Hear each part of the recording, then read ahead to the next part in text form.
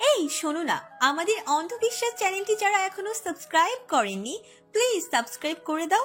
আর অল্প কিছু সাবস্ক্রাইবার হলে 1,00,000 পরিবার হবে। সবাই প্লিজ সাবস্ক্রাইব এবং বেশি বেশি শেয়ার করে দাও প্লিজ। আবির রাত 10টার দিকে ঘরে এলো। ভেতর থেকে ঘরের দরজা বন্ধ করে দিয়ে হাঁটু মেরে সুপ্তির পাশে গিয়ে বসলো। হাতে ধরে রাখা চায়ের কাপটা বাড়িয়ে দিয়ে বলল, স্পেশাল চা তোমার জন্য, মা বানিয়েছে। সুপ্তি স্বাভাবিকভাবে চায়ের কাপটা হাতে দিল। খুব সাবধানে টেবিলে নামিয়ে রেখে আবিরের মুখের দিকে গভীর দৃষ্টি মেলে তাকালো। সুপ্তির ফোলা ফোলা চোখ দেখে আবির খুব অবাক হলো। বলল, আজকেও কেঁদেছ? সুপ্তি দীর্ঘশ্বাস ফেলে বলল, হ্যাঁ কেঁদেছি। আবিরের মনটা খারাপ হয়ে গেল। সুপ্তি বলল, আমি একটা প্রশ্ন করব, হ্যাঁতে অথবা নাতে উত্তর দেবেন প্লিজ। বলো কি প্রশ্ন? সুপ্তি মলিন কণ্ঠে বলল, আমি আপনার দ্বিতীয় স্ত্রী। আবির 1 সেকেন্ডও সময় নিল না, দৃঢ় কণ্ঠে বলল, হ্যাঁ। যতটুকু আশা ভরসা বিশ্বাস ছিল সব যেন এক নিমেষেই কোথায় ভেঙেছিল, চুরমার হয়ে গেল। সুপ্তি হাতের তালু দিয়ে মুখ ঢেকে ঝরঝর করে কেঁদে দিল। আবিরের বুকে 1 আঙুল তাক করে ফুপাতে ফুপাতে বলল, আমায় এত বাজে ভাবে ঠকালেন কেন আবির? আমি আপনার কি ক্ষতি করেছিলাম? আবির চমকালো। সুপ্তির কান্নারত মায়া মায়া মুখের দিকে তাকিয়ে বুকের ভেতর মোচড় দিয়ে উঠল। এই মাত্র কি বলল সুপ্তি? আবির সুপ্তিকে ঠকিয়েছে? ও এই কথাটা কেন বলল? আবির সাহস করে কাপা হাতে সুপ্তির মুখখানি আজলাই তুলে ধরল। চোখের জল মুছিয়ে দিয়ে উদাস হয়ে বলল, তুমি কাঁদছো কেন সুপ্তি? সেদিনও ছিল ঝুম বৃষ্টিময় রাত, আজও হঠাৎ করে আকাশ ঝাঁপিয়ে ঝুম বৃষ্টি শুরু হয়েছে। সেদিন আবিরের কোকিল কণ্ঠের গান শুনে সুপ্তির চোখে মুখে একরাশ মুগ্ধতা ঝরে পড়েছিল, আর আজ বিষণ্ণতায় ঘিরে ধরেছে। আবিরের আগের বউটা চলে না গেলে আবির হয়তো সুপ্তিকে জীবনেও বিয়ে করতো না। তার মানে সুপ্তি আবিরের জীবনে সেকেন্ড অপশন, সেকেন্ড চয়েস। সুপ্তির আগেও এই ঘর, এই মানুষটা অন্য কারো অতি আপন প্রিয়জন ছিল। সুপ্তি তো কারো জীবনে সেকেন্ড অপশন হতে চায়নি। তার চেয়েও বড় কথা, মানুষটা প্রথম বিয়ের কথা গোপন করে গেছে। তখন হঠাৎ সৌভিকের মুখে কথাটা শুনে খুব অল্প সময়ের জন্য উত্তেজিত হয়ে পড়েছিল সুপ্তি। ভেবেছিল সৌভিক তো সুপ্তিকে দেখতে পারে না, তাই বোধহয় এমনটা মিথ্যে করে বলেছে। তারপর এলো ওই উড়ো ফোন কলটা। একটা মানুষ কেন বানিয়ে বানিয়ে এতগুলো মিথ্যা কথা বলবে? এতে কি স্বার্থ লুকিয়ে থাকতে পারে? নাজুক মনটা নড়বড়ে হয়ে গিয়েছিল ঠিকই, তারপরেও মনের কোথাও না কোথাও একটুখানি আশার আলো জেগেছিল। এই বোধহয় আবির এসে বলবে, যা শুনেছ সব মিথ্যা, তুমি আমার জীবনের প্রথম নারী। সুপ্তি ভুল ছিল। মানুষটাকে জিজ্ঞেস করতেই কি দৃঢ় কণ্ঠে বলে দিল, হ্যাঁ, সুপ্তি নাকি তার দ্বিতীয় বউ। সুপ্তির চোখ দিয়ে অঝরে টপটপিয়ে জল ঝরে পড়ছে। আবির অধৈর্য হয়ে গেল। সুপ্তিকে জোর করে বুকে টেনে নিল। সুপ্তি ছটপটিয়ে উঠল, সরে যেতে চাইল। আবির ছেড়ে দিল না, আরো শক্ত করে গভীরভাবে সুপ্তির কোমর জড়িয়ে ধরল। সুপ্তির মাথায় এসে ঠেকলো আবিরের বুকে। এই তো মানুষটার বুকের ভেতর শব্দ তুলে হৃদস্পন্দন ধুকপুক ধুকপুক করছে। সুপ্তি তো আবিরের দয়া চায়নি, চেয়েছিল একটু সম্মান, একটু ভালোবাসা। অথচ মানুষটা কত সহজেই ধোকা দিল। আবিরের উষ্ণ স্পর্শ অসহ্য লাগছে সুপ্তির। মাথা ব্যথায় ফেটে যাচ্ছে, চোখের জল বাদ বাঁধছে না। সুপ্তির কান্না আবিরের সহ্য হলো না। সুপ্তিকে বুকের মাঝে চেপে ধরতেই সুপ্তি জোরে ধাক্কা দিয়ে আবিরকে সরিয়ে দিল।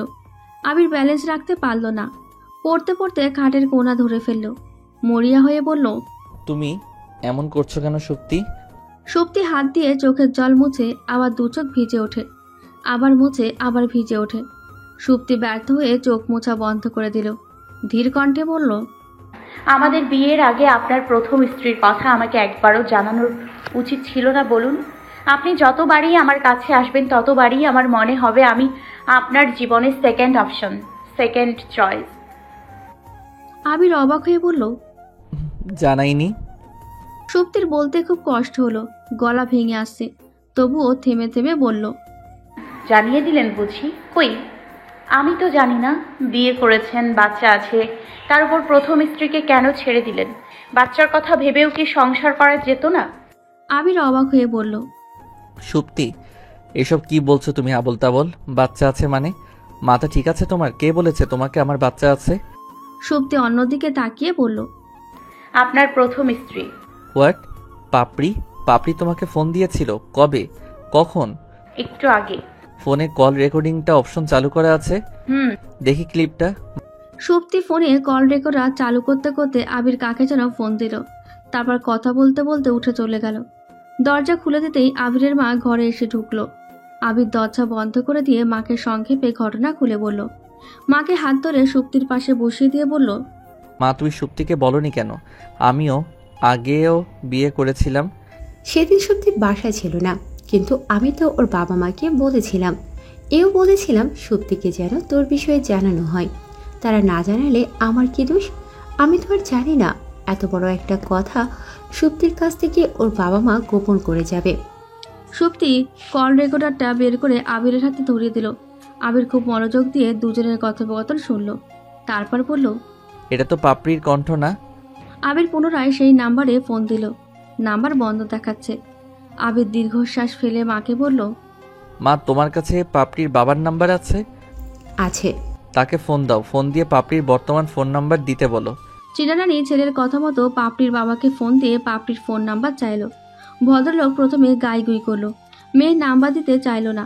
চিনারানী কথার মার প্যাচে ফেলে পাপড়ির নাম্বার নিল।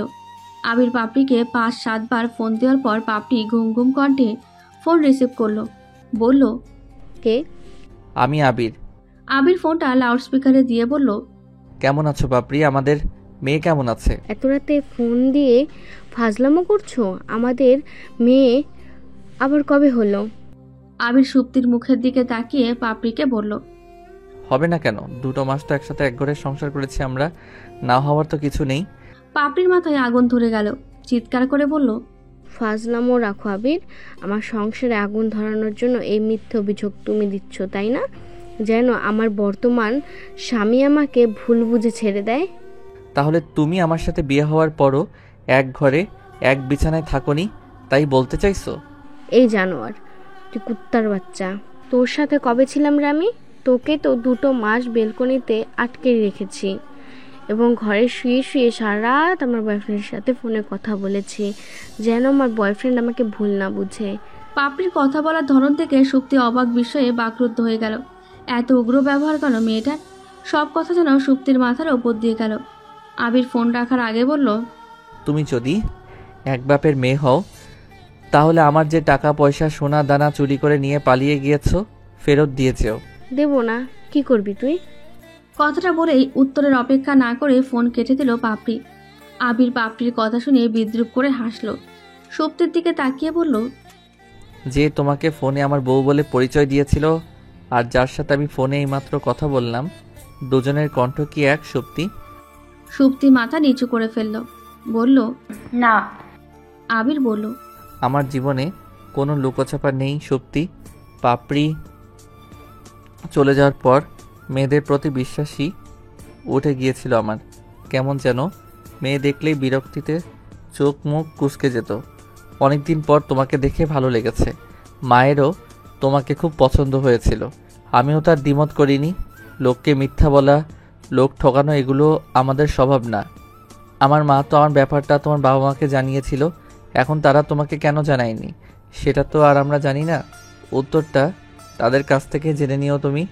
আর মা, তোমাকেও বলি, কেন এতদিন বিয়ে করতে চাইতাম না জানো?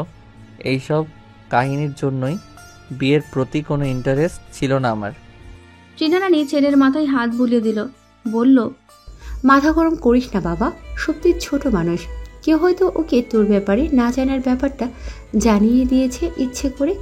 তোর নামে সুপ্তির কানে বিষ ঢেলেছে। তাছাড়া সুপ্তি হঠাৎ কথাটা শুনে রেখে দেবে, এটা তো স্বাভাবিক। ওর জায়গায় আমি হলেও হয়তো আমিও এমনই করতাম। আর সুপ্তি, তোমাকেও বলি, স্বামী স্ত্রীর মনোমালিন্য ঝগড়াঝাটি সবসময় স্বামী স্ত্রীর মাঝেই গোপন রাখবা। ভুলেও যেন তোমাদের মাঝে তৃতীয় ব্যক্তি না ঢুকে। ভুল বোঝাবুঝির জন্য আজ হয়তো তোমাদের সংসারটা ভেঙেও যেতে পারত। আর আবিরের নামে যখনই যা শুনবে সবার আগে আবিরকেই প্রশ্ন করবা। যাই হোক, অনেক রাত হয়েছে। এত রাতে তোমার মা বাবাকে ফোন দিয়ে টেনশনে ফেলার কোনো দরকার নেই। সকালে কারণটা জেনে নিও। অনেক রাত হয়েছে, এখন দুজনে ঘুমাও। চিনারানী উঠে চলে গেল। যেতে যেতে বলল, আবির দরজাটা লাগিয়ে দিয়ে ঘুমা। আবির দরজা লাগিয়ে দিয়ে বেলকনিতে যেতে যেতে বলল, শালার কপাল আমার, এই পোড়া কপালে বাসন নাই। ধ্যাত। সুপ্তির ধাতস্থ হতে সময় লাগলো। কিন্তু আবিরকে মন থেকে স্বামী হিসাবেও সহজে মেনে নিতে পারল না। বারবার মনে হচ্ছে পাপড়ি ছেড়ে চলে না গেলে আবিরের জীবনে সুপ্তির কোনো জায়গা ছিল না। হয়তো সুপ্রির ভাবনাটা অন্যরকম হলেও পারত। আবির ব্যালকনিতে গিয়ে দোলনায় ধপাস করে বসে পড়ল। টিমটিমে হলদে আলোতে টিয়া পাখি আবিরকে দেখে ডানা ঝাপটে নেচে নেচে বলল, আবির, আবির, আবির। আবির হেসে দিল, বলল, তুই সুখে আছিস রে বিবিসি। মানব জীবনে জন্ম নেওয়া কি যে প্যারারে, এখন হাড়ে হাড়ে টের পাচ্ছি। বিয়ে করলাম দুটো, অথচ একটাও বাসর করতে পারলাম না। এটা কোনো কথা হলো? দুইবারই একই কাণ্ড। এই বেলকনিতে তোর পাশে বসে আমাকে রাত কাটাতে হচ্ছে। কি রে, তুই আবার আমার প্রেমে টেমে পড়লি নাকি আমার দুঃখ বিলাস দেখে? টিয়া পাখি ডানা ঝাপটে সারা খাঁচা ঘুরে ঘুরে বলল, আবির, বৃষ্টি হচ্ছে, গান গাও, গান গাও। আবির হাত বাড়িয়ে গিটারটা টেনে নিল, কণ্ঠে দরদ ঝেলে গলা ছেড়ে সুর করে গান ধরল। যার কথা ভেবে শিহরণ, যে আমার জীবন মরণ, এলো যেন সে ভালোবেসে ভরে দিতে আজ মন। যে ছিল আমার আপন, যার সাথে বাঁধা এই জীবন, এলো যেন সে ভালোবেসে ভরে দিতে আজ মন। যেন এক নতুন সকাল, ভেঙে দিয়ে ঘুমারি জাল। যে ছিল মরিচিকা, দিত শুধু যে দেখা, তাকে চেতনা ছোঁয়া কোনো দিন। তার হয়ে আকাশে থাকতো মেঘেতে ভেসে, সে ছিল যে অধরা প্রতিদিন। কাটতো যে দিন, তবু তারই আশায় কত যন্ত্রণা বুকে বয়ে মুছে গেল সেই ব্যথা তাকে পেয়ে। সে যেন আজও শ্রাবণ, না বলা সুখের প্লাবন। এলো যেন সে ভালোবেসে ভরে দিতে আজ এমন। সুপ্তি ধীর পায়ে হেঁটে এসে দরজায় হেলান দিয়ে দাঁড়ালো। দু চোখ বুজে আবিরের গানের কথাগুলো গভীর মনোযোগ দিয়ে শুনতে লাগলো। একই সাথে অনুভব করলো শরীরে রোমাঞ্চকর শিহরণ জাগানো গাঢ় অনুভূতি। সেই সাথে কি যেন এক অজানা ব্যাপার ঘটে গেল সুপ্তির ভেতরে। আবির বেখেয়ালে সুপ্তির দিকে এক পলক তাকালো। সুপ্তির মায়াবী মুখ, কাজল কালো জলে টইটুম্বর পদ্মপুকুরের মতো টানা টানা চোখ, কপালে ছড়িয়ে ছিটে থাকা অবাধ্য চুলগুলো বড্ড টানছে আবিরকে। আবির উঠে দাঁড়ালো, এক পা দু পা করে হেঁটে গিয়ে ঘোর লাগা দৃষ্টিতে সুপ্তির মুখ পানে গোপন দৃষ্টি মেলে তাকালো। আবিরের এক আঙুল সুপ্তির কপাল স্পর্শ করতেই আবেশে দু চোখ বুজে ফেলল সুপ্তি। আবির সুপ্তির কপালে আঙুলের রেখা টেনে অবাধ্য চুলগুলো কানের পিঠে গুঁজে দিল।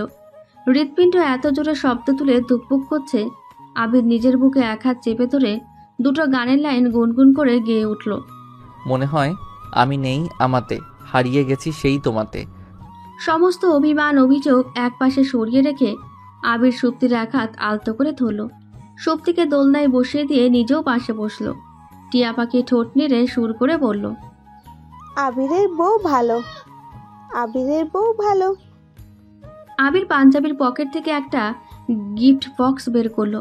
তাতে ছিল স্বর্ণ ও হীরের মিশেলে সিম্পলের মধ্যে খুব সুন্দর একটা গলার হার। আবির নিজের হাতে হাতটা সুপ্তির গলায় পরিয়ে দিল। আবিরের পুরুষালী হাতের স্পর্শ পেয়ে ভেতরে ভেতরে বেসামাল হয়ে যাচ্ছিল সুপ্তি। আবিরের উত্তপ্ত গরম নিঃশ্বাস সুপ্তির গলায় জোয়ারের ঢেউয়ের মতো আছড়ে পড়ল। আবির হাল পরানোর বাহানায় চট করে সুপ্তির গলায় মুখ ডুবিয়ে দিল। সুপ্তির সর্বাঙ্গে শিহরণ বয়ে গেল। নিঃশ্বাসের গতিবেগ দ্বিগুণ বেড়ে গেছে।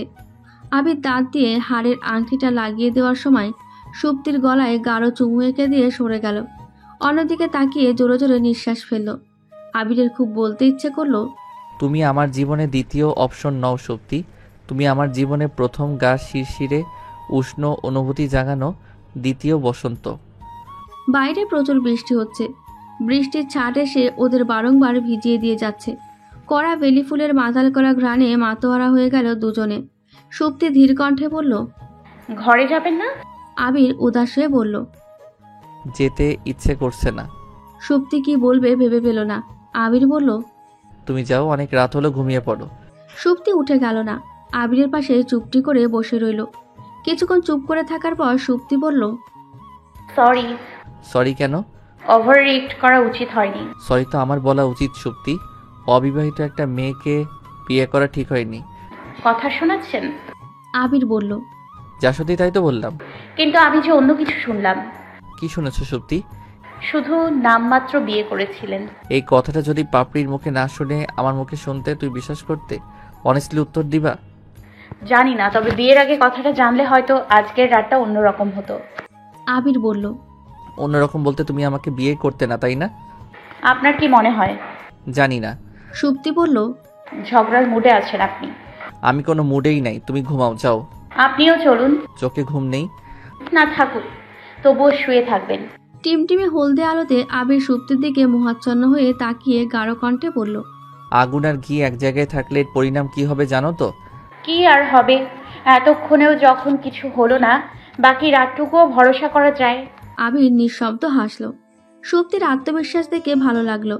বলল, আমি পুরুষ মানুষ সত্যি, মহাপুরুষ নই। তুমি মেন্টালি আপসেট হয়ে আছো, সময় নাও, আমাকে ভালো করে চিনো জানো, তারপর না হয় দাম্পত্য জীবন শুরু করব আমরা। অনেক রাত হলো, এবার যাও, ঘুমিয়ে পড়ো। আপনি যাবেন না? আবির অকপটে বলল। না। সুপ্তি দীর্ঘশ্বাস ফেলে উঠে দাঁড়ালো। আবিরকে জোর করার ইচ্ছে থাকলেও সাহস পেল না। সংকোচ হচ্ছে খুব। আলতা রাঙা নুপুর পরা পায়ে রিনিঝিনি ছন্দ তুলে ঘরে চলে গেল। বাইরে তখনও ঝুম বৃষ্টি। আবির মাথা বাঁকিয়ে সুপ্তির গমন পথের দিকে তাকিয়ে মনে মনে বলল, আর একটিবার বলেই দেখতে সুপ্তি, আমি ঠিকই তোমার পিছু পিছু ঘরে চলে যেতাম। সুপ্তি বিছানার ফুলগুলো একপাশে সরিয়ে রেখে গুটি গুটি মেরে শুয়ে পড়ল। ভালো লাগছে না। মনের ভেতর কেমন যেন গুমট বাঁধা কষ্ট অনুভব হচ্ছে। শৌভিকের বলা কথাগুলো কিংবা ওই উড়ো ফোন কলটা না এলে আজকে রাতটা হয়তো অন্যরকম সুন্দর হতে পারত। বাবা মাকেও এর জবাব দিতে হবে। কেন এত বড় একটা সিদ্ধান্ত সুপ্তির অগোচরে নিল তারা? আর যদি সুপ্তি জেনে শুনে আবিরকে বিয়ে করত, তাহলে হয়তো এমন কিছুই হতো না। মা সারা জীবন সুপ্তির ব্যাপারে উদাসীন থেকে গেল। সেই ছোটবেলা থেকে সুপ্তির কিসে ভালো কিসে মন্দ না জিজ্ঞেস করেই হুটহাট সুপ্তির ঘাড়ে সবকিছু চাপিয়ে দেয় মা। কখনো প্রতিবাদ করা হয়নি। সবসময় মনের কষ্ট বুকে চেপে রেখে নীরব চোখের জলে বালিশ ভিজিয়ে অভ্যস্ত সুপ্তি। সুপ্তির বান্ধবী নিতা তো প্রায়ই বলেন, তোর মা অনেক লোভী আর স্বার্থপর রে সুপ্তি। তাছাড়া কোনো মা বড় মেয়ের বিয়ে ভেঙে যাওয়া ছেলের সাথে ছোট মেয়ের বিয়ে দেয়? শুধু ভালো চাকরি আর পাঁচতলা বাড়িটাই দেখলে ঐশ্বর্যের পেছনে লুকিয়ে থাকা তাদের কুৎসিত মনটা দেখতে পেলে না? এই নিয়ে না একদিন আবার আফসোস করতে হয়। সুপ্তি বকে ধমকে নিতাকে সবসময় থামিয়ে নিত। এখন মনে হচ্ছে নিতা ঠিকই বলতো। সৌভিকের দু চোখে ঘুম নেই। পাশে দীপ্তি বেঘরে ঘুমাচ্ছে। সৌভিক দীপ্তির ঘুমন্ত মুখের দিকে এক দৃষ্টিতে তাকিয়ে রইল। ফুলসজ্জা রাতের পর আর দীপ্তিকে আপন করে পাওয়া হয়নি। দীপ্তি অনেকদিন অসুস্থ ছিল। দীপ্তিকে অসুস্থ অবস্থায় রেখে সৌভিককে কর্মক্ষেত্রে চলে যেতে হয়েছে। আজই আবির সুপ্তির বিয়ে উপলক্ষে প্রথমবার বাড়ি এলো। দীপ্তি এখন সুস্থ। সৌভিক মন চাইলেই দীপ্তিকে কাছে টানতে পারে, কিন্তু অবুঝ মনের ভেতরেই তো ঘূর্ণিঝড়ের ভয়াবহ তোলপাড় চলছে। দীপ্তিকে আপন করে পাওয়ার কোনো আশা বা আকাঙ্ক্ষায় কাজ করছে না। যে বিষ সুপ্তির কানে ঢেলেছে সৌভিক, মনে তো হয় না সহজে আবিরকে কাছে আসতে দেবে। যে যেদি মেয়েরে বাবা, তারপরও ব্রো যদি জোর করে সুপ্তির কাছে যায়। ভাবনাটা মনে আসতেই অসহ্য বিদঘুটে অনুভূতি হলো সৌভিকের। সবকিছু ভেঙে চুরে চুরমার করে দিতে ইচ্ছে করছে। খুব জানতে ইচ্ছে করছে ওই বন্ধ ঘরের ভেতর এই মুহূর্তে ঠিক কি কি চলছে, কিন্তু কিভাবে সম্ভব? সকাল না হওয়া পর্যন্ত এভাবেই ঝটপট করে কাটাতে হবে। উপায় নেই। সুপ্তির মায়া মায়া কোমল মুখখানি চোখের পাতায় ভেসে উঠতেই সৌভিক পাগল পাগল হয়ে যায়। দিন দুনিয়া অসহ্য মনে হয়। এত অস্থিরতা নিয়ে শুয়ে থাকা যায় না। সৌভিক উঠে বসল। হাত বাড়িয়ে জলের বোতলটা টেনে নিয়ে অর্ধেক বোতল জল ঢকঢক করে গলায় ঢালল। বুকের ভেতর অসহ্য যন্ত্রণা হচ্ছে। পাশে শুয়ে থাকা ঘুমন্ত দীপ্তিকে দেখে মাথায় ভয়ঙ্কর সব ইচ্ছেরা ভর করল। আচ্ছা, এখন যদি দীপ্তিকে বালিশ চাপা দিয়ে মেরে ফেলে সৌভিক, তাহলে কি হবে? সুপ্তি নিশ্চয়ই বরের সাথে ঘুমিয়ে না থেকে দৌড়ে বেরিয়ে আসবে। সৌভিক চিন্তিত ভঙ্গিতে হাতে হাত ঘষে সারা ঘর পায়চারি করছে। ভুল হয়েছে, বড্ড ভুল হয়েছে। কে জানতো সুপ্তিকে অন্য কারো পাশে দেখলে সহ্য করতে পারবে না সৌভিক। বুকের ভেতর আত্মদহনে জ্বলে পুড়ে ছারখার হয়ে যাবে। এই মেয়েটা সৌভিককে উন্মাদ করে দিয়েছে। সুপ্তিকে সারা জীবনের জন্য পাওয়ার বাসনা মাথাচাড়া দিয়ে উঠেছে। সেই সাথে আফসোসের পাল্লা ভারী হচ্ছে, অনুভূতি তীব্র হচ্ছে। সারা রাত ছটফট করলো সৌভিক। খুব ভোরে উঠে দেখলো মামি উঠে হাঁটতে চলে গেছে। দুজন বুয়া রান্নাঘরে কাজ করছে, আর কেউ ওঠেনি। পুরো বাড়ি নীরব শুনশান। শুধু থেকে থেকে বাসন কোসনে টুংটাং শব্দ কানে ভেসে আসছে। শফিক সোফায় বসে বসে লাইটার দিয়ে নিজের হাতের লম্বা পশমে আগুনে তা দিচ্ছে। পশম পুড়ছে, কেমন পশম পোড়া বিকট গন্ধ। সে গন্ধ শুকতে বেশ লাগছে। শফিক ঘন্টার পর ঘন্টা সোফায় একধানে বসে রইল। ক্ষীণ দৃষ্টি সিঁড়ির দিকে স্থির। ওই পথচক্র দিয়ে তো সুপ্তি নেমে আসবে। শফিক শুধু সুপ্তির মুখের অভিব্যক্তি দেখতে চায়। সৌভিককে নিরাশ করলো না সুপ্তি। বোধহয় স্নান করেছে। কোমর ছুঁই ছুঁই ভেজা চুলে টপটপিয়ে জল ঝরে পড়ছে। পরনে পাট ভাঙা খয়েরি রঙা শাড়ি, সুখী সুখী মুখ। সৌভিকের পিলে চমকে উঠল। তড়াক করে উঠে দাঁড়ালো। মুখটা শুকিয়ে একটুখানি হয়ে গেল। ঘরে এসি চলছে, তবুও কুলকুল করে ঘামছে সৌভিক। আশ্চর্য, সুপ্তি সকালে স্নান করেছে কেন? সুপ্তি নেমে আসতে সৌভিক খেয়াল করলো চওড়া শীতে ভর্তি লাল রঙা সিঁদুর পড়েছে সুপ্তি। কপালের মাঝখানে একটা লাল টিপ। এক রাতেই মেয়েটার সৌন্দর্য যেন শতগুণ বেড়ে গেছে। সৌভিকের বুকের ভেতর ভূমিকম্প শুরু হলো। পা দুটো অসম্ভব কাঁপছে, মাথা ঝিমঝিম করছে। মনে যতটুকু আশা ভরসা ছিল আবিরকে ভেজা চুলে হাত দিয়ে ঝাড়তে ঝাড়তে নিচে নামতে দেখে সৌভিক দপ করে সোফায় বসে পড়ল। এত বড় প্রতারণার পরও সুপ্তি কেন নিজের কোমল শরীর ব্রোকে স্পর্শ করতে দিল? সুপ্তিকে অন্যরকম ভেবেছিল সৌভিক, নাকি ব্রো জোর করেই? আর ভাবতে পারে না সৌভিক, মাথা ফাঁকা ফাঁকা লাগে। আবির পাশে বসতেই সৌভিক রসিকতার সুরে নিচু কণ্ঠে বলল, কেমন এনজয় করলে ব্রো? আবির মনে মনে বলল, আর এনজয়, দুইজন দুই প্রান্ত ঘুমিয়েছিলাম। মুখে বলল, দারুণ। আবিরের মুখে লাজুক হাসি দেখে সৌভিক মনে মনে জ্বলে উঠল। কত কাঠখড় পুড়িয়ে সুপ্তির মনে সন্দেহের বীজ বপন করেছিল সৌভিক। সব কষ্ট বিফলে গেল। ব্যাপার না, সময় সৌভিকেরও আসবে। তখন সুপ্তিকে ভালো করে বুঝিয়ে দেবে সৌভিককে নিরাশ করার ফল কতটা ভয়ানক। সকালে জলখাবার খেয়ে সুপ্তি ঘরে চলে গেল। ঘরটা বুয়া এসে এর মধ্যে সুন্দর পরিপাটি করে গুছিয়ে দিয়ে গেছে। সুপ্তি ফোন নিয়ে ব্যালকনিতে চলে গেল। টিয়া পাখি সুপ্তিকে দেখে লাল রঙা ঠোঁট দুটো নেড়ে মিষ্টি সুরে বলল, আবিরের বউ, আবিরের বউ, কথা কও। সুপ্তি লাজুক হাসলো। বেলি ফুলের সুখসানে চারপাশ মাতোয়ারা। মাকে ফোন দিল সুপ্তি। মা বোধ হয় রান্নাঘরে ছিল। ফোন ধরতে একটু দেরি হলো। সুপ্তির ফোন কল পেয়ে সুবর্ণা রানীর মুখে হাসি ফুটে উঠল। রিসিভ করে বলল, কেমন আছিস মা? সুপ্তি নিঃশব্দ হাসলো। চোখের জল টলমল করছে। বলল, ভালো থাকার জন্যই তো বিয়ে দিয়েছো মা। সুবর্ণা রানী আহত হলেন।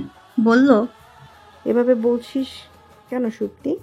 আপদ বিদেয় করে এখন তোমরা সুখে আছো তো মা? ভালোই হয়েছে, যৌতুক লাগেনি। কি হয়েছে সুপ্তি? কেউ কিছু বলেছে তোকে? কে কি বলবে মা, যেখানে নিজের মা হয়ে এত বড় কথাটা আমার কাছে গোপন করে গেলে। কি গোপন করেছি আমি? আবির আগেও বিয়ে করেছিল, আমাকে জানাওনি কেন? ও এই ব্যাপার? আরে আগে বউটা ছিল বজ্জাত, শুধু বিয়ে করেছে, সংসার হয়নি, বিশ্বাস কর। সংসার না হোক, অন্তত বিয়ের আগে আমাকে জানাতে পারতে। একজন সদ্য বিবাহিত মেয়ে হঠাৎ কথাটা জানলে কেমন অনুভূতি হয় ও তুমি বুঝবে না মা। আর বুঝেই বা কি করবে? আমি তো তোমাদের আপন মেয়ে নই, তোমার দাদার মেয়ে। সুপ্তি, এত বড় কথাটা তুই বলতে পারলি? কিসের কমতি রেখেছি আমি তোকে? বৌদি মারা যাওয়ার সময় তুই ছিলি 6 মাসের কোল। দাদা গো ধরল আর বিয়ে করবে না। এই আমার তখনও কোনো বাচ্চা কাচ্চা হয়নি। আমি তোকে নিজের কাছে এনে রাখলাম। নিজের মেয়ের পরিচয়ে আদর যত্ন স্নেহ ভালোবাসা দিয়েই একটু একটু করে বড় করেছি। হ্যাঁ করেছো, তবে টাকাটা সবসময় আমার বাবাই পাঠাতো।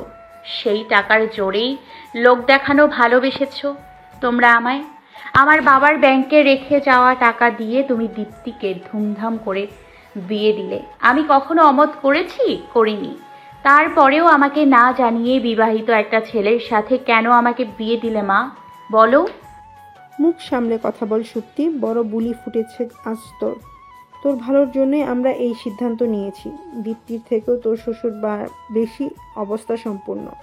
তাছাড়া তারা যৌতুক নেবে না। আর তুই টাকার খোঁটা দিচ্ছিস আমাদের। আর তোকে যে পেলে পুষে কষ্ট করে মানুষ করেছি। বললাম তো মা, টাকাকে ভালোবেসেই আমাকে পেলে পুষে বড় করেছো তুমি। আমাকে মানুষ করার পেছনেও তোমার স্বার্থ লুকিয়েছিল। বাহ, তোর সুখের জন্য একটা বিষয় গোপন করে বিয়ে দিয়েছি দেখে তুই আমাকে এত বড় কথা শোনাচ্ছিস?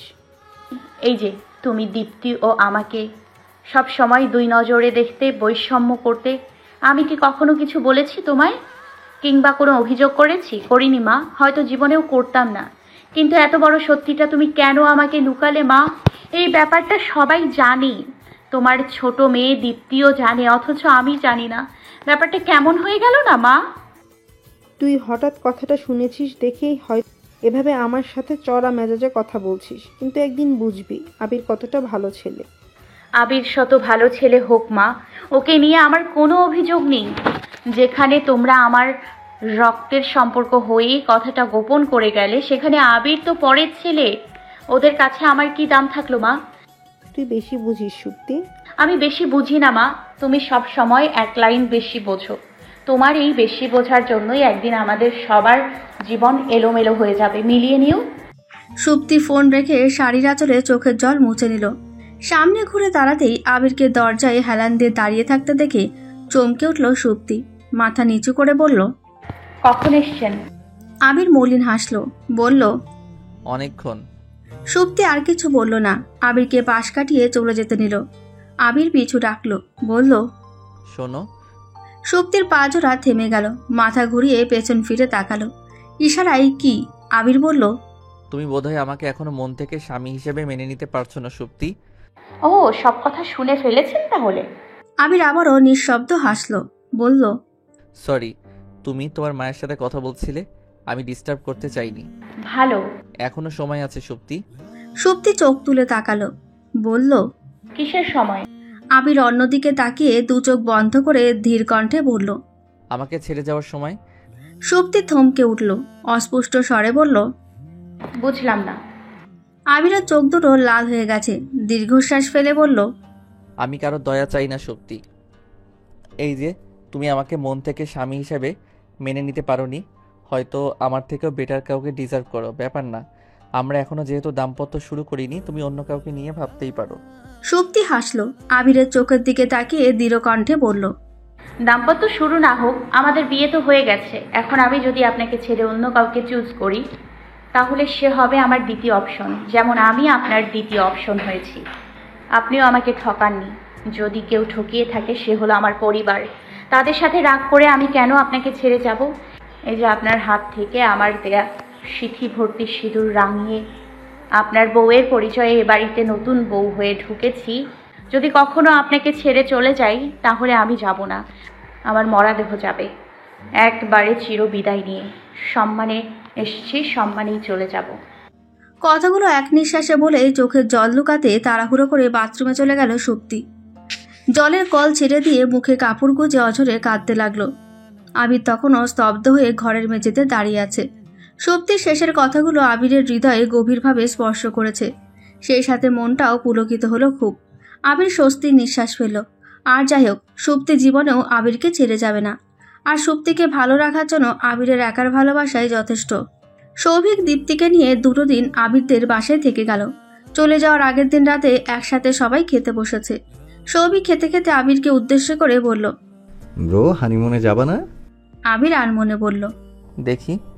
সৌভিক বলল, দেখি কি, আমরাও এখনো যাইনি, চলো একসাথে গিয়ে কোথাও থেকে ঘুরে আসবো। আবির বলল, একসাথে যাব কেন? সৌভিক সুপ্তির দিকে এক পলক তাকালো, চোখ সরিয়ে নিয়ে মুখে হাসি টেনে বলল, আমরা নিউ কাপল, ঘুরতে যখন যাব একসাথেই যাই, সমস্যা কি? দেখি সুপ্তি কি বলে, পরে তোকে জানাবো। সৌভিক আগেই দীপ্তিকে উস্কে দিয়েছে। চোখের ইশারায় দীপ্তিকে কিছু বলতেই দীপ্তি সুপ্তির হাত টেনে ধরে এক করে নিয়ে গেল, বলল, প্লিজ দিদি, না করিস না, আমরা একসাথে ঘুরতে যাব। সৌভিকের সাথে একা কোথাও ঘুরতে যাওয়ার কথা শুনলে আমার খুব ভয় লাগে। সুপ্তি অবাক হয়ে বলল, ভয় লাগে কেন? দীপ্তি চোখ নামিয়ে নিল। দিদিকে সৌভিকের ব্যাপারে সত্যিটা বলতে পারল না, কি হবে বলে। শুধু শুধু দুটো সংসারে অশান্তি সৃষ্টি হবে। তাছাড়া সৌভিক ওই ব্যাপারটার জন্য অনেকবার দীপ্তির কাছে ক্ষমা চেয়েছে।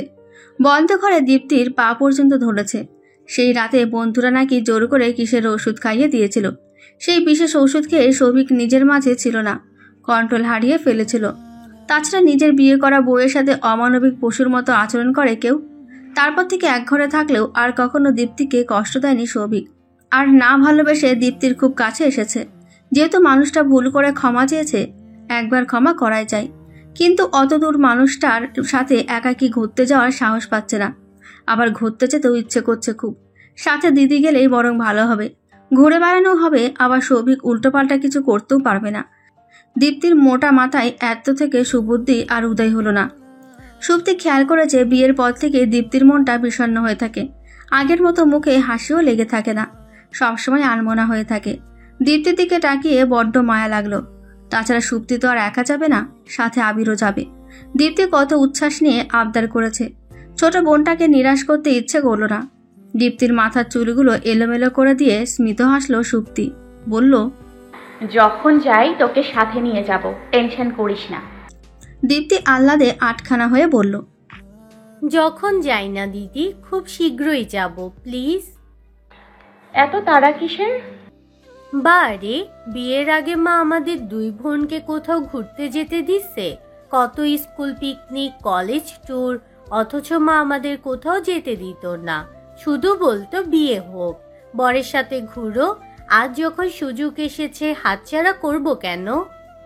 সুপ্তি একটু ভেবে বলল, তাও ঠিক। শ্রীনারায়ণী বলল, শফিক তো ঠিকই বলেছে আবির, কোথাও থেকে একটা ট্যুর দিয়ে আয়, মন রিফ্রেশ হবে। আর কটা দিন যাক মা। দেখ শক্তির সাথে কথা বলে। রাতের খাবার খেয়ে আবির সুপ্তি ঘরে চলে গেল। ঘরের দরজা বন্ধ করে আবির বলল, যাবে নাকি ঘুরতে? যাওয়া যায়। আবির বলল, কোথায় যাবে? আপনার যেখানে ইচ্ছে হয়। আচ্ছা, সৌভিক আর দীপ্তিকেও সাথে নেই? কি বলো? আবির বালিশ নিয়ে ব্যালকনির দিকে যেতেই সুপ্তি পিছু ডাকলো। শুনুন।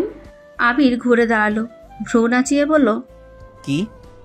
সুপ্তি নিচু কণ্ঠে বলল, বিছানায় ঘুমান, আমার কোনো অসুবিধা হবে না। আবির পা টিপে টিপে হেঁটে এসে বিছানার একপাশে শুয়ে পড়ল। সুপ্তিও বিছানার অপর পাশে শুলো। আবির হাত বাড়িয়ে ঘরের লাইটটা বন্ধ করে দিল। ব্যালকনিতে টিমটিমে হলদে আলো জ্বলছে, বাতাসের সাথে বেলি ফুলের সুঘ্রাণ ভেসে আসছে। সারা ঘরে নিভু নিভু আলো। পিনপতন নীরবতার মাঝে থেকে থেকে নিঃশ্বাসের শব্দ শোনা যাচ্ছে। অসাবধানে হয়তো সুপ্তির হাতের সাথে আবিরের হাত স্পর্শ লেগেছে। দুজনাই অনাকাঙ্ক্ষিত স্পর্শে কেঁপে উঠল। ভালোবাসার মানুষটা চোখের সামনে থেকেও ভালোবাসতে না পারার যন্ত্রণা যে কতটা ভয়ানক হয়, এ ব্যথা না যায় সবার, না যায় মুখে কওয়া। আবির অনেক চেষ্টা করেও নিজের কামুক পুরুষসত্তাকে আটকে রাখতে পারল না। মন ও মস্তিষ্কের নীরব যুক্তিতর্কে মস্তিষ্কের পরাজয় হলো, মন জিতে গেল। আবির হাত বাড়িয়ে সুপ্তিকে কাছে টেনে নিল। সুপ্তির নিঃশ্বাস ক্রমশ ভারী হয়ে এলো। মুখে কিছু বলতে চাইল। আবির একটা আঙুল সুপ্তির অধরে রাখল, ইশারায় চুপ থাকতে বলে। সামান্য চোখে সুপ্তির কপালে কপাল ঠেকালো। নাকে নাক ঘেঁষে আবেশে বুঝে আসা কণ্ঠে বলল, সরি সুপ্তি, আমার বেহায়া পুরুষ সত্তাকে আমি আটকে রাখতে পারলাম না। সুপ্তি চোখ নামিয়ে নিল। বুকের ভেতর হাতুড়ি পেটা শব্দ হচ্ছে। সুপ্তির অধরে অধর মিলাতে সুপ্তি বেসামাল হয়ে আবিরকে দুহাতে আঁকড়ে ধরল। বুকের ভেতর কামনার অনাবিল সুখ সুখ অনুভূতি। কে যেন বলেছিল, দুটি নরনারীর নতুন দেহ নির্জনে থাকলে বেশিক্ষণ সংযমী হয়ে থাকতে পারে না, ঠিকই অঘটন ঘটে যায়।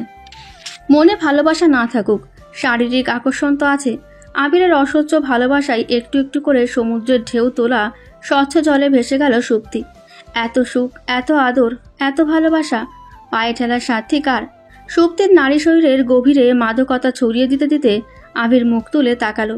সুপ্তির নিঃশ্বাস ক্রমশ ভারী হচ্ছে। বুকের ভেতর তীব্র সুখ সুখ জরুরি। মনে বা শরীরে আবিরকে বাধা দেওয়ার কোনো জোর নেই। যা ইচ্ছে হোক, মানুষ একভাবে ভেবে রাখলে কি হবে? বিধাতার ভাবনা সম্পূর্ণ অন্যরকম। শুনশান রাতের আধারে নিস্তব্ধতাকে সাক্ষী রেখে ওরা এক নতুন ভালোবাসার রঙিন দুনিয়ায় বিচরণ করলো। আবিরের অনাবিল ভালোবাসায় স্নিগ্ধ হলো সুপ্তি। আবির ওকে স্বর্গ সুখের সন্ধান দিল, সেই সাথে দিল স্বস্তি। রাতের আধার একটু একটু করে কেটে যায়, দিনের আলো ফোটে। পাখিরা মনের সুখে কিচিরমিচির করে। গাছে গাছে বাসি ফুল ঝরে গিয়ে নতুন করে ফুল ফোটে। আবিরের ঘুম ভেঙে যায়। সুপ্তি আবিরের বুকের ভেতর মুখ গুজে নিশ্চিন্তে ঘুমিয়ে আছে। ঘুমন্ত মুখখানি জুড়ে সুখী সুখী আভা। আবির সুপ্তির কপালের এলোমেলো চুলগুলো সরিয়ে দিয়ে গাঢ় চুমু এঁকে দিল। ফিসফিস করে বলল, তুমি আমার জীবনে হঠাৎ আসা দ্বিতীয় বসন্ত, আমি তোমায় ভালোবাসি সুপ্তি। সকালের চকচকে সোনালি রোদ্দুর জানালার ফাঁক গলে সুপ্তির ঘুমন্ত চোখে মুখে রোদের সোনালি আভা লুটিয়ে পড়েছে। সুপ্তি ঘুম ঘুম চোখে মিটিমিটি করে তাকালো। তখনও আবির সুপ্তির মুখের ওপর সামান্য ঝুঁকে মুগ্ধ দৃষ্টিতে তাকিয়ে আছে। সুপ্তির চোখে চোখ পড়ল। আবির মাথা চুলকে লাজুক হাসল, তবে সরে গেল না। সুপ্তির ঠোঁটের কোণেও একটুখানি মিষ্টি হাসি ফুটে উঠল। গতকাল রাতের কথা মনে পড়তেই লজ্জায় সারা গা কাটা দিয়ে উঠল। চোখ নামিয়ে নিল। আবির আবারও নিঃশব্দ হাসল। সুপ্তির গালে নিজের গাল ঘষে দিল। আবিরের গাল ভর্তি খোঁচা খোঁচা দাড়ি। সুপ্তি ব্যথা পেয়ে মৃদু শব্দ তুলে বলে উঠতেই দুজনেই হেসে ফেলল। সুপ্তির পরনের শাড়ি এলোমেলো কুচকানো, মাথার চুল এলোমেলো। এলোমেলো চুলে সুপ্তি ব্যস্ত হাতে হাত খোপা বাঁধল। আবির ওইভাবে সুপ্তিকে বাজাকোলা করে তুলে নিল কোলে। সুপ্তি আবিরের গলা জড়িয়ে ধরে নিচু কণ্ঠে বলল, কি করছেন? ছাড়ুন। ছাড়বো না। আবির আর একটু নিবিড়ভাবে নিজের সাথে চেপে ধরল সুপ্তিকে। ব্যালকনিতে নিয়ে গিয়ে আলতো করে দোলনায় বসিয়ে দিল। নিজেও সুপ্তির পাশে ফ্লোরে হাঁটু গেড়ে বসল। সুপ্তির হাঁটুতে নিজের মাথা রেখে বসে রইল অনেকক্ষণ। না চাইলেও সুপ্তির এক হাত আবিরের মাথায় রাখল। এক মনে আবিরের মাথায় বিলি কেটে দিল সুপ্তি। আবির আবেশে চোখ বন্ধ করে সুপ্তির শরীরের মাদকতা মেশানো মেয়েলি ঘ্রাণ নিঃশ্বাসের সাথে টেনে নিল। টিয়া পাখি ওদের দিকে তাকিয়ে সুর তুলে বলল, নিয়মিত ভালোবাসার গল্প শুনতে এবং পড়তে আমাদের অন্ধবিশ্বাস চ্যানেলটি সাবস্ক্রাইব করে পাশে থাকা বেল আইকনটি ক্লিক করুন। ধন্যবাদ সবাইকে।